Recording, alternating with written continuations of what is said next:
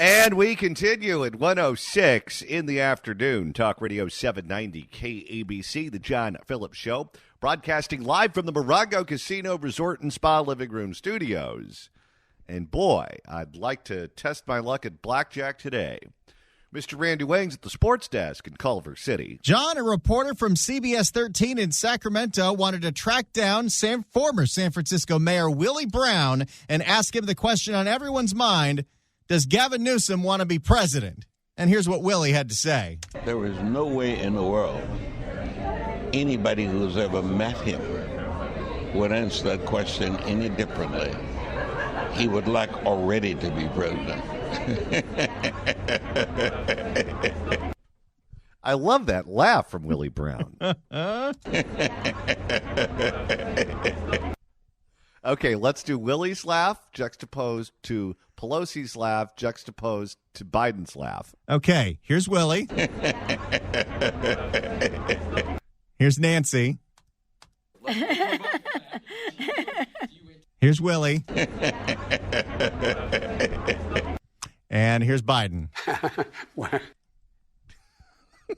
Wait, I got one more for you. Here's Willie. And here's Kawhi Leonard. I think I like Nancy Pelosi's laugh the best. It is a classic. You know what? I love all of my Nancy Pelosi drops equally. We've got the laugh. We've got this one. We love everybody. And we have this very specific one. Karen, why are you doing this? But let me go ahead and save this Willie Brown laugh for the drops folder. Let's hear it one more time. Okay. Here is Willie Brown. 800-222-KABC is the telephone number, 1-800-222-5222. Well, because we live in the insane asylum here, and up is down and down is up, there is a group that exists who think that traffic moves too freely in Los Angeles. And if we just had fewer freeways, things would be more harmonious, and we would live happier lives. So the goal of this particular organization is to take as many lanes of roads, as many freeways offline as humanly possible, because if and when we do that, I guess we'd all be going places by horseback. One of their pushes was to take the 90 freeway over near Marina del Rey offline and give that to the homeless so they could live on the freeway. They wanted money from Joe Biden and Pete Buttigieg's infrastructure package to study the idea of demolishing a freeway to put up a park and homeless housing. And then Karen Bass got behind spending money to study what that would look like. And the people who live in Marina del Rey went absolutely bonkers over it and forced Karen Bass to backtrack and say, oh, no, I never supported that. I don't know why people thought I supported that. It's not a namsy-pamsy thing. When, in fact, she did, and did so in writing. And that got the LA Times to go after her and to go after any of the critics of the group that wanted the money to study demolishing the 90 freeway, Streets for All. The same group you've heard on this show many, many, many times when they do their Zoom happy hours, like with Ulysses Hernandez, who wants more bike lanes in and out of Dodger Stadium. Yes, because over at the Hamas Times, they like to just blow stuff up, too. That's good. The Hamas Times. So this group tries to pressure many public officials, many candidates for office, into supporting their vision of removing lanes of roads from the grid in Los Angeles. And they have more juice than you ever would assume that they have. And they actually were very vocal at a candidate forum for LA City Council. That's right. They hosted their own little debate in LA City Council District 4. Nithya Raman, the same Nithya Raman that blamed Toyota for having catalytic converters, not the people stealing the catalytic converters. She is up for re-election. And up until yesterday, I had no idea if anyone was running against her. And now it looks like there is somebody running against her. His name is Ethan Weaver. And I don't know a lot about this guy, But just from his opening statement, there's a glimmer of hope based on his personal experiences with public transit. Would you like to hear it? Let's hear it. Thank you so much for the opportunity to speak with you. It's a real honor. So this is a topic, mobility and mass transit and traffic safety, that's very close to my heart. For 4 years in Los Angeles, I didn't own a car. I relied on the metro to get me everywhere. I walked the about half mile between my apartment and the Red Line. And that was my only mode of transportation. And on the one hand, I loved it because to the point made earlier, my life was so much less stressful than when I was driving. But then a couple things changed. And one of them was the pandemic. And coming through the pandemic, our metro lines, the safety on our metro lines has deteriorated significantly. Don't hear that often from a candidate. No, but it's true. I've been the victim of a battery on the metro line before. Okay, someone who was beat up on the Red Line is running for office. Wow, I wonder if he's going to get the Sheng Tao endorsement for that. Well, it is scary out there. You may be frightened, and I know how you feel. I've been surrounded by a lot of crime, and it's gotten really bad. And I've also almost been hit by a car in crosswalks going to and from mass transit. So this is an issue that's very close to my heart, and I'm excited to get to talk with you about it.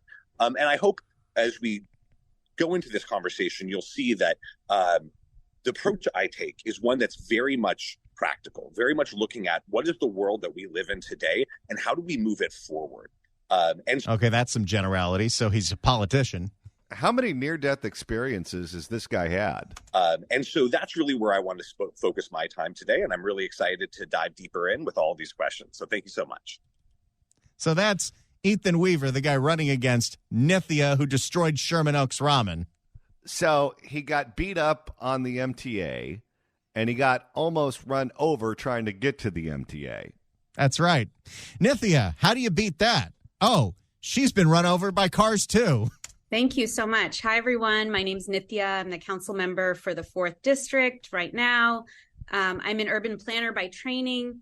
I used to be... Don't forget Crooked Homeless Charity. Oh, yeah. That's how you make it rain. I used to be a regular bike commuter for many years before I got into a couple of really bad crashes that have spooked me. Oh, she got spooked. Now, okay, she said, I got involved in really bad crashes.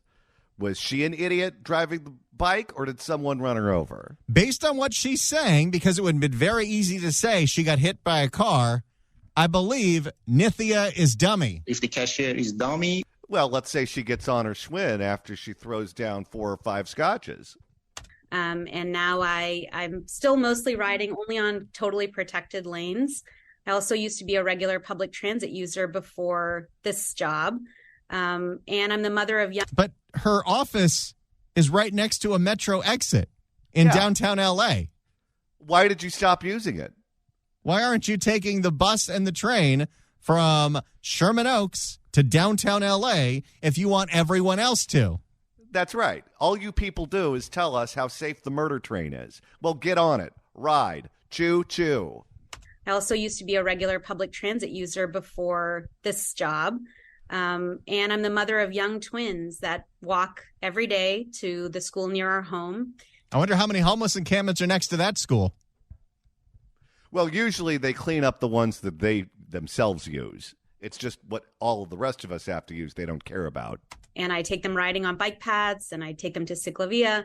But I really long for the day that I'm going to feel safe with them biking on our street. So I'm excited to be here and to talk about these issues with this group of people.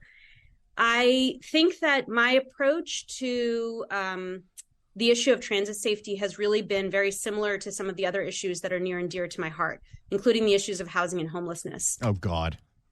And if you're going to have your kids be safe as they bike around Los Angeles, you better have them join the Hells Angels because they're going to need some muscle. And the same problems plague the city's planning on mobility that plague these other issues. We, instead of having a citywide strategy on planning and decision-making around transit infrastructure, we have a district-by-district approach. What Nithya would like is to shove bike lanes down the throats of all Los Angeles residents at the same time. That's right. Because if you have one great big stupid idea, why limit it to just one district when you could impose it on everyone? That relies far too much on discretionary approvals by council members, slowing down our processes and needlessly wasting our time. I also think that we don't plan enough holistically. We don't put in. People got to stop using that word. You sound like a yoga instructor when you use it. And we already had one of those in downtown L.A., and we don't miss him. We often lead from the front, but it is time for us to lead from the back. Holistically, we don't put enough resources in terms of budgeting and advanced planning into these processes to get us to the results that we need to. And so my work on this within the city, in addition to many of the projects that I've been pushing forward in my own district, have really been to push policies like the Raise LA effort that have tried to make substantial amounts of budgetary resources and prior planning available to mobility in the city. And I'm excited to continue doing more of that if I'm reelected. And the result of that is more RVs in her district than anywhere else in the San Fernando Valley. What is it that she's done that she regards as successful that she wants to continue doing what she's doing? You used to be able to ride the buses. You used to be able to ride the train before it became the murder train. You used to be able to ride the subway. You can never use that. That's always been a complete disaster. But we did have forms of public transit that you could use. But now that the homeless have taken over literally everything, that's part of what you can't use anymore. That's not for you. That's for them. It's like the parks. That's not for you. That's for them. The libraries. That's not for you to take your kids for drag queen story hour. It's for the homeless to look at pornography. That's what the streets are for. You used to think that you could use the sidewalk to get from point A to point B. Oh, no. That's for the bums to shoot up with heroin. All right, Johnny, we've moved past the opening statements. Now I'm going to give you a choice. We could hear what these two bright, intrepid candidates think about Vision Zero, bike lanes, or Metro ambassadors. Oh, let's hear about the ambassadors. All right. And Streets for All is one of the organizations that advocated through then Metro board member Mike Bonin to bring on the yellow-vested do-nothing ambassador program. Let's hear what they have to say. Thanks, Terry. So we're going to talk about safety on Metro. In 2020, Metro launched a large experiment in removing armed officers from public safety, creating the ambassador program. How many people died on the trains then? I'm surprised they haven't done a blood drive, given how many ambassadors get stabbed. The ambassador program's goal is to help riders get to where they need to go and address safety and health issues that come up on the system. Well, it's to address the appearance of safety. That's right. Not actual safety, the appearance of safety. The program has been so successful that it's now likely going to be made permanent. There was the Metro board meeting last week that they still haven't posted the video for, because I think someone at Metro knows that I would grab the video and I would have sound of Janice Hahn thanking Mike Bonin for giving us the ambassadors. Oh, that's her final warning. That's your final warning. But it's a week later. They haven't posted that video, and I need it. Our question is, what do you think of Metro's ambassador program? Do you view it as a model alternative to armed police enforcement more broadly? And also, how do you think that we can ensure safety on the Metro system? And Nithya, we'll start with you. What do you think Nithya is going to say? Oh, she's going to love the ambassadors. Great. Well, thank you so much for this question. I don't serve on the Metro board right now, so I don't have a direct role over Metro public safety policy. But I think that Metro is doing some good things and can do more to make sure that people are feeling safe on Metro, which is incredibly important. We are getting to Rob Bonta level of generalities here. Oh, yeah. You notice she doesn't say so people are safe when they ride the Metro. So people feel safe when they ride the Metro. Not just because that is something that every resident of Los Angeles should be guaranteed as a feeling of safety as they use our public. How about actual safety? No, she's not interested in that. As they use our public infrastructure, but also because it will bring more riders to Metro if they feel safer on it. And I think we really need to be talking about how we can move forward on that. The pandemic, I think, created a real crisis in our system. It was a huge break in ridership that created real conditions of of distress on those trains. Ridership dropped. Well, hold on a second. Did the crime increase on the trains because of COVID, or did the crime increase on the trains because you got rid of the police? Ding, ding, ding, ding, ding, ding, ding. Let's not forget, Nithya Raman straight up was one of the people in 2020 who tweeted out, "We must defund the LAPD." Of distress on those trains. Ridership dropped, and we did see a spike in crime. One great piece of news is that the numbers are trending in the right direction. There's been a 53% decrease in crime across the system since April. And I think part of that has been the new Metro Ambassador program. These people are clueless. There have been, at least up and through June, 50 overdose deaths on Metro this year. Last year's total for the whole year was 21. It's safer now? Those numbers aren't going in the right direction. And this is with 300 do-nothing ambassadors that are armed with Narcan. That program, I think, does not mean that police don't have to be on the trains. This is a supplemental effort that can be much more pervasive. Those ambassadors are cheaper. They can be across the entire system. Okay, cheaper doesn't mean better. There's a reason that it costs money to have uniformed, armed, trained police officers on those trains and buses. It's because it costs money to train them to deal with the dangerous situations that everyone has to deal with on the MTA on a daily basis. And what we're seeing now is that they are actually saving lives. From the latest stats that I read, ambassadors have saved 72 lives on the Metro system already. And I also read... But does it count as saving a life if they reversed their they did the Narcan once and then the next day they OD'd? Well, that falls into two categories. And I also read studies that show that 62% of riders are feeling safer with the ambassadors around. Feeling safer, not being safer, feeling safer. And so I think, to me, in order to really make sure that we are feeling safe on these public transit systems, we have to do... And remember, this is the public transit system that Nithya Raman doesn't ride. No. And why would she?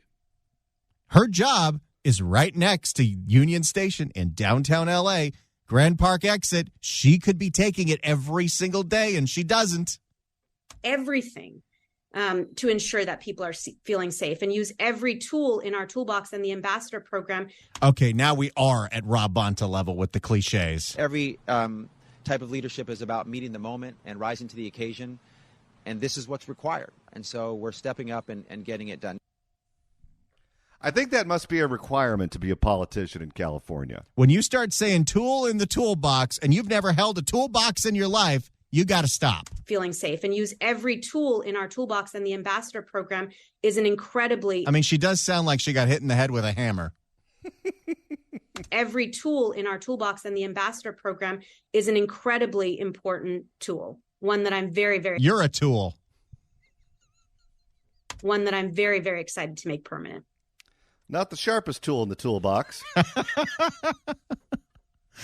All right, how do you think our challenger's going to do? If you'd like to email the show, you can do so at johnnydon'tlikeshow@gmail.com. That's johnnydon'tlikeshow@gmail.com. And Randy, if you want to go back and listen to a podcast edition of the show, that's easy to do. That's right. Go to KABC.com, click on podcast, go to the Apple Podcast app, iHeart, Spotify, search for The John Phillips Show, hit subscribe. You can download all of the episodes, or even easier than that, download the KABC app, search KABC AM in the Apple App Store or the Android Store, and it is the easiest way to listen live to this station whenever and wherever you are outside of the AM radio signal. And, of course, you can download all of the podcasts. You could download Monday's show. You could download Friday's show. Or you could download Tuesday, Wednesday, and Thursday. And Randy, we're going on the road. That's right. Come see us broadcast live Friday, November 17th at the brand new Gelson's West LA at West Edge on the corner of Olympic and Bundy. That brand new Gelson's is open. They had their opening yesterday. I went down there. The wine, beer, and sushi bar is huge. It is gorgeous. They even got TVs up there to watch the games. It is going to be a great time. We'd love to see you Friday, November 17th at the Gelson's West LA at West Edge from noon to 3. Mickey Kaus coming up at the top of the hour. Right now, we're going through the sound of the debate that happened between Nithya Raman, who is the DSA-supported Los Angeles City Councilwoman, who believes that we have too many lanes of roads in Los Angeles and we need to remove them. And the man that she's running against, and Randy, his name is Ethan Weaver. And the only thing we know about him so far is that he got beat up on the Metro. And almost run over on the way to getting to the Metro. The question was about how do you support the Metro Ambassador Program? Nithya's all in with the ambassadors. Let's see what Ethan has to say. Yeah. So I think the ambassador program is a good start. It is great not just for visibility. This question is not off to a good start. For visibility on the Metro, but also to help riders help figure out how to make connecting trips and things like that. But I don't see it as the complete solution to our public safety problems on the Metro. I applaud and support Metro's plan to stand up its own police force dedicated to Metro. Good luck hiring for it. Here's what I don't understand. And this guy clearly understands that these ambassadors do nothing to improve public safety. But for whatever reason, they feel the need to go out and at least pay lip service to the ambassadors. This is why I love Tracy Park so much, the councilwoman from Venice. She doesn't play games. She comes right out and tells you the way it is. The ambassadors are not improving public safety. They're a waste of money. If you want people to actually be safe on the trains, there needs to be a police presence that is large enough so that the crooks know that the cops are there and the riders know that the cops are there. This guy, I think, understands that that is in fact true, but for whatever reason, will not say it in a clear way. I know officers who have worked overtime details on the Metro line. And it is just not a good situation when you have people not dedicated to the work, not invested in making improvements day over day, just kind of coming in their extra time. It is good to have a dedicated police force. And this is also important because I do like how this is about police and not ambassadors. Yes. No, he understands the subject. He just takes him a little while to get there. Well, and he does not want to offend the hosts of this debate, which is Streets for All, the way too powerful organization that has way too much influence over the city council and the mayor's office, and the DOT, and the Board of Supervisors, and Metro. And this is also important because this is a major transit structure. I mean, we invest heavily in security in our airports, and we need to invest in security in our Metro as well. We need the TSA at every single red line station. That's such a good point. Look at the security that you're required to go through to get to the airport. Look at the documents that you have to produce. Look at the metal detector that you have to walk through. Look at, if you have global entry, the background check you have to go through. Look at what you have to go through to get to Angel Stadium or to Staples Center or whatever the hell they're calling it now. You have to go through these devices. They used to be metal detectors. Now they look like something out of the future. I don't know what exactly it is that they use. But for whatever reason, if you want to use the Metro, not only do you not have to go through any kind of security checkpoint at all, they want to remove the cops from even being there. And if you think about it, I would feel a little more safe going on the Metro if I knew there was a metal detector and all the people that want to ride the Metro that have a knife can't bring the knife. That's right. We also need to invest in environmental changes to keep our Metro safe. We should harden our turnstiles. Right now, they're kind of a joke. Oh, Streets for All's not going to like that. No. I'm liking this guy a little bit. I know nothing about him outside of that he was beat up on the red line, but he sounds a little more common sense than Nithya Raman. I have forgotten my tap card before and been tempted to jump the line because they're so easy to do. I didn't. But we need to actually make sure that the people riding Metro are riders. And this isn't just at our train stations. Our bus drivers are often not safe and do not feel safe doing their job. And tax on Metro riders or drivers, has been very, very high recently. And so we need to also be thinking about environmental changes to keep our Metro line for passengers and keep it secure for everyone. Here's the problem with that statement for the people in the room. They don't want to hear that. They don't believe that the trains and the buses and the subways are meant for the people who buy tickets to use them to get to and from work or school or dinner or whatever they want to do. They believe that those buses and trains and subways belong to the homeless and the criminals, and you're encroaching on their territory. You're the problem. So that's what they had to say about Metro ambassadors. We got a whole bunch of different topics here. Vision Zero, bike lanes, the Sepulveda corridor, bike lanes outside the Hollywood Bowl, bike lanes in Griffith Park. If they would actually take Metro, and do they think if there were bike lanes around the entire city, would people actually use them? Spoiler alert, they would not. 800-222-KABC is the telephone number, 1-800-222-5222. All right, let's go back to the sound of the debate between Nithya Raman and the candidate running against her, who seems to have more sense than she does. You want to do Vision Zero or bike lanes or wild card? Wild card. All right, let's see what these candidates have to say if they would actually take Metro. Currently, Nithya Raman, who's a member of the city council, does it. And as someone very correctly emailed us, it's probably because not only do you get paid $225,000 a year to be a member of the city council, you get a car and a driver. Thank you. So Ethan, you go first this time. The question is, if elected, do you see yourself taking Metro, walking, or biking to work at City Hall? And I'll just say one of the frustrations we've had at Streets for All is none of the Metro board members or few of the Metro board members seem to actually use the system on a regular basis. Well, they don't want to get stabbed. Who does? The only one that does ride it is Lindsay Horvath, and that's for selfies with her security. So, yes. Ethan, you start. Yes, I would absolutely love to go back to taking the Red Line to work. I live by the Red Line. It has a Civic Center stop for almost 5 years. I took it every day, and I would love to go back to that. It is so nice to be able to put your headphones in, listen to an audiobook, and play a game on your phone and just be in that space. Yeah, I would make sure that your eyes and ears are well focused on your surroundings if you're taking the Red Line, buddy. Yeah, keep an eye out for a guy with a sword. Coming into work, and driving stresses me out. So I would absolutely love, right now my current assignment doesn't work very well to take mass transit. I'd love to go back to that. So yes, I'd love to be a Metro rider again. But you just told us it's not safe and you got beat up on it. Yeah, you're not going to be a Metro rider. How about Nithya? Yeah, for sure. We haven't been able to take as much public transit as I would like. I used to be a transit rider for my last job, and I took 2 trains to get from, and a bus to get from Silver Lake all the way to Santa Monica. I highly doubt she did that more than once.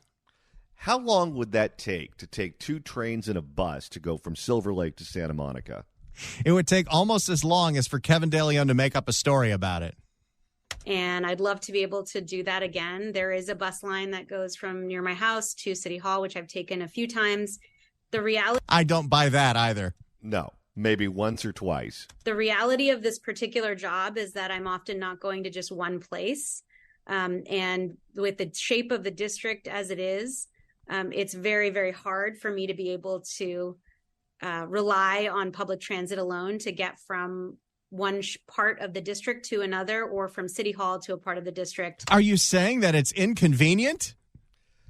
Well, that's what the rest of us think, too. Lo and behold, we've found common ground. Because of the challenges with our public transit connectivity.